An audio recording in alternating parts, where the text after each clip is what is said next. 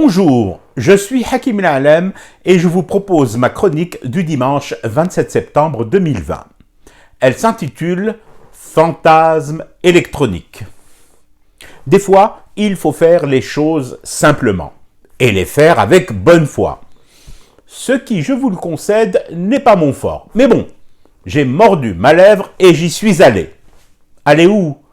Eh bien, ayant entendu le ministre de la Poste vanter pour la 5468e fois le paiement électronique par carte sur les terminaux des commerçants, je me suis donc muni de ma carte, remis en mémoire le code confidentiel que je n'avais jamais utilisé jusqu'alors et pour cause, et promené mes guêtres dans l'une des plus célèbres artères de la capitale, portant le nom d'un glorieux shahid, amateur de foot et fou de liberté pour son pays, mort jeune au combat.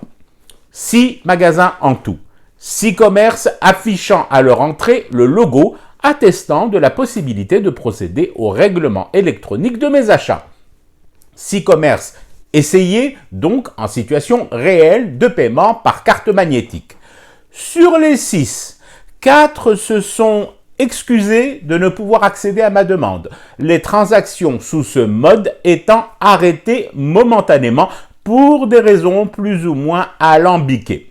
Le 5e était dans le noir, un électricien s'évertuant à remettre d'aplomb une boîte de micro-disjoncteurs excités comme des puces et sautant tout le temps. Le 6e, c'est celui que j'ai placé en tête du hit parade de ma virée électronique. Le vendeur, le jeune vendeur, seul derrière sa caisse, m'a expliqué confus que le patron ne lui avait pas remis le code et le protocole de transaction sur le terminal, le contraignant ainsi à palper en cash les achats. Bon, d'accord.